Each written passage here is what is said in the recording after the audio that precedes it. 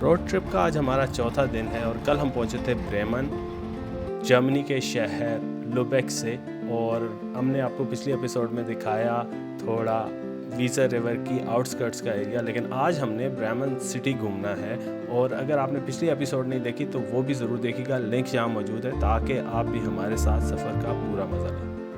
Good morning ji, welcome to the city of Bremen. तो आज पूरा दिन हम ब्रेमन एक्सप्लोर करने वाले हैं और एक दिन में आप क्या ब्रेमन में चीज़ें देख सकते हैं अगर आप फैमिली के साथ हैं या फिर सोलो ट्रिप पे हैं, तो वो मैं आपको गाइड करने की कोशिश करूँगा। सबसे पहले आज का दिन स्टार्ट करते हैं यूनिवर्सल म्यूज़ियम से। ये सिटी से थोड़ा सा बाहर करके है, तकरीबन आधे घंटे बस में लगेगा।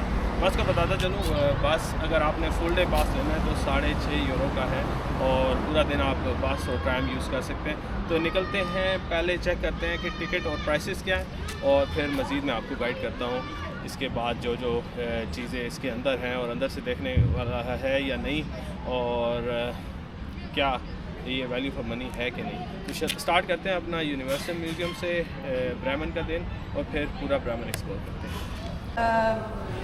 Lift on the right side. जी, तो टिकट ले ली है मैंने। 18 यूरो का अडल्ट का टिकट है, बच्चे यहाँ पे फ्री हैं। और फैमिली का 42, यानी आपके साथ ज़्यादा लोग हैं 2 से, तो फिर वो वर्थ करता है 42 का। वैसे 2 लोग हैं, अगर कपल है और बच्चे हैं तो 36 में आपको पूरी फैमिली की एंट्री मिल जाएगी।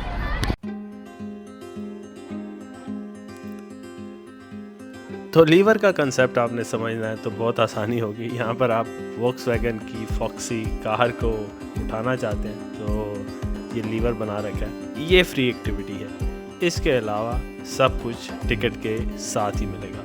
यहाँ पे ये बच्चों का खेलने का एरिया है और यहाँ पे छोटी मोटी एक्टिविटीज़ है, जैसे नलका लगा रखा है। हमने तो बचपन में ये देखा है, अब यहाँ पर बच्चों को एक्सपीरियंस करने के लिए म्यूज़ियम में आना पड़ता है। तो ये आउटडोर एरिया भी टिकट के साथ ही आप एक्सेस कर पाएंगे। उसके अलावा यहाँ पे बहुत ज़्यादा साइंटिफिक चीज़ें हैं, बहुत डिटेल में नहीं जाऊँगा क्योंकि ब्रेमन भी आपको घुमाना है, तो वो भी सारी चीज़ें यहाँ पर हैं। और ये नेचुरल एरिया है जहाँ पे बच्चों को दिखाया गया है कि ह्यूमन एवोल्यूशन कैसे होती है और ऑफ कोर्स एनिमल वगैरह ये नोट करके रखे। फिर आप दूसरी साइड पे जाते हैं, इस टनल से गुजर के ये रोड की दूसरी साइड पे फिर म्यूज़ियम का बाकी हिस्सा।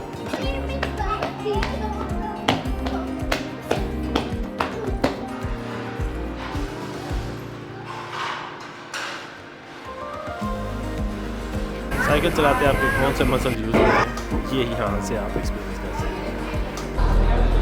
तो ये इसका टॉप फ्लोर है और यहाँ पे नेचर, तो मुख्तलिफ़ चीज़ें हैं नेचर से रिलेटेड।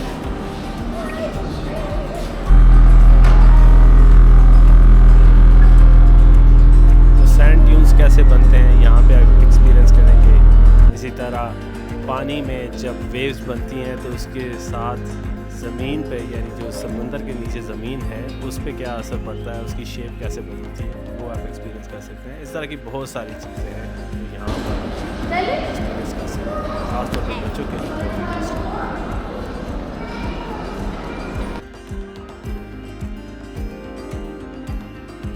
ये था यूनिवर्सल म्यूज़ियम का छोटा सा एक टूर। यहाँ से अब निकलते हैं, ट्रैम पकड़ते हैं और सिटी सेंटर चलेंगे और सिटी सेंटर का मेन अट्रैक्शन जो है वो आपको दिखाते हैं।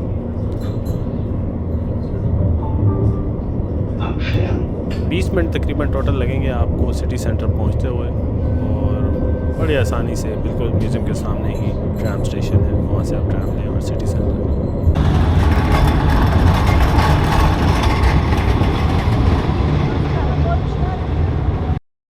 तो सिटी के सेंटर के स्टार्ट पर ही ये खूबसूरत सी स्ट्रीम और ये पार्क है और सामने ये इनकी पुरानी विंड मिल।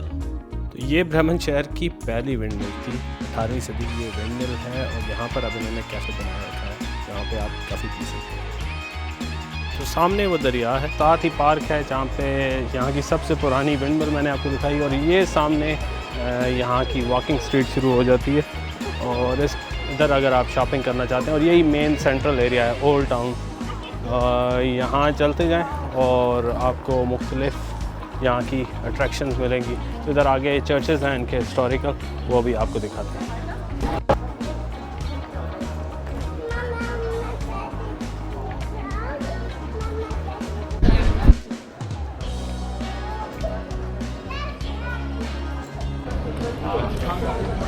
ये तकरीबन ब्रिज से आपको 3-4 मिनट की वॉक पे ये मोनूमेंट मिलेगा।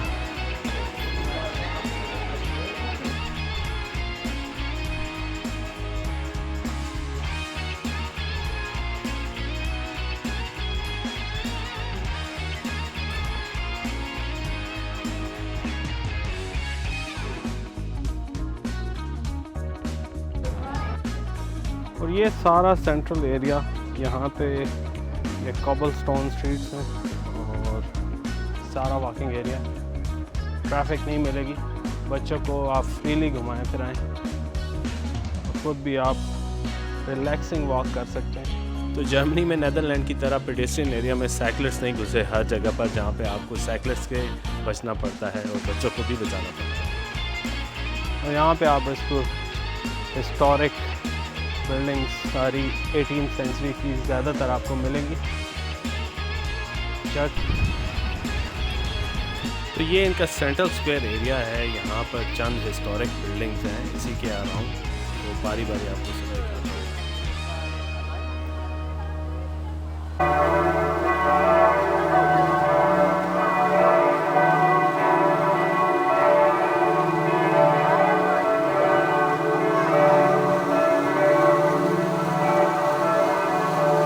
और यहाँ पर बड़े रिलैक्सिंग से झूले हैं, आप मज़े से बैठें और झूले लें और एंजॉय करें।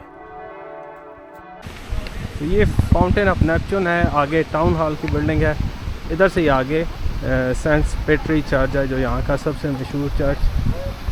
तो चलते जाएं, यहाँ पे आपको सारे चीज़ें ओल्ड टाउन में वॉकिंग डिस्टेंस पे ही मिलेंगी। तो इस वक्त मैं हूँ जी डाउनटाउन ब्रेमन, ओल्ड टाउन के हार्ट में। यहाँ पर ब्रेमन का मैप है ओल्ड टाउन का, और ये आप देख सकते हैं। और यहाँ पर इस वक्त हम मौजूद हैं, ये है सेंट पैट्रिक चर्च, 1200 साल पुराना ये चर्च है। लेकिन ये जो अब बिल्डिंग खड़ी है ये तकरीबन 11वीं सदी में बनाई गई, और इसी के सामने स्टैचू ऑफ रोलैंड ब्रेमन है, रोलैंड ब्रेमन, जिन्होंने इस सिटी की बुनियाद रखी। ये रोमन एम्परर था और इसी ने इस सिटी को क्या लें, ये फाउंडर है इस सिटी का। और साथ में ये खूबसूरत बिल्डिंग जो है ये रोडहुस है, यानी टाउन हॉल, और साथ कैफ़ेज़ और कुछ पुरानी और इस तरह की नई बिल्डिंग्स भी यहाँ पर हैं। और मज़ीद देखते हैं, वॉक करते हैं डाउनटाउन में, और दूसरी तरफ जाएंगे तो रिवर वीज़ा है। तो ये है जी रोल ब्रेमन का स्टैचू, साथ रोड हाउस, और पीछे एक चर्च और भी है जहाँ से पहले हम आए। और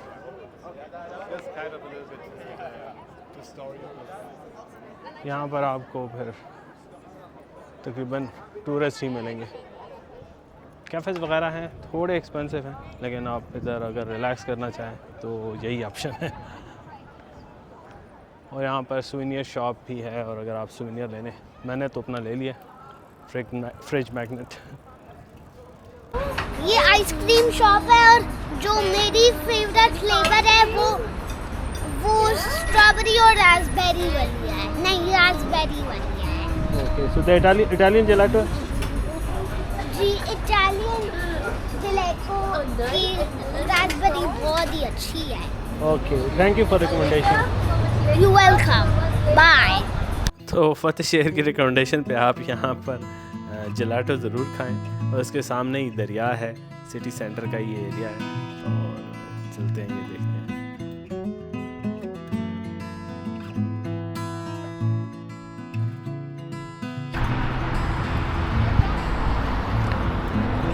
तो सिटी सेंटर के बिल्कुल साथ ही आपको वीज़ा रिवर मिलेगा।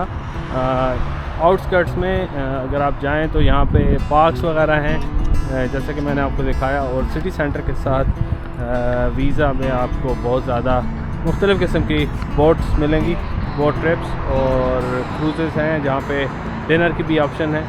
तो डिटेल्स लेते हैं कि यहाँ पे इनकी प्राइसेस क्या हैं। तो अगर आप शाम का वक्त है, जैसे अभी तकरीबन शाम के 6 बजे, तो बहुत ज़बरदस्त इन्वायरमेंट है। आप बोट ट्रिप लें और रिलैक्स करें।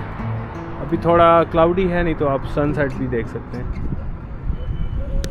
जी, ब्रेमन में जब आप आएँ तो वीज़ा रिवर के किनारे शाम गुजारनी एक ज़बरदस्त प्लान हो सकता है। तो आप अपनी जो भी मसरूफियात रखें यहाँ पर, उसमें वीज़ा रिवर का शाम का ट्रिप ज़रूर रखें। क्रूज़ ट्रिप लें ना लें, ऑफ कोर्स क्रूज़ ट्रिप पे भी आप इंजॉय कर सकते हैं। सनसेट क्रूज़ ले सकते हैं, दिन में ले सकते हैं। तकरीबन 10 से 20 यूरो के दरमियान मुख्तलिफ़ किस्म के क्रूज़ेज़ आपको मिलेंगे और छोटी बोट्स हैं।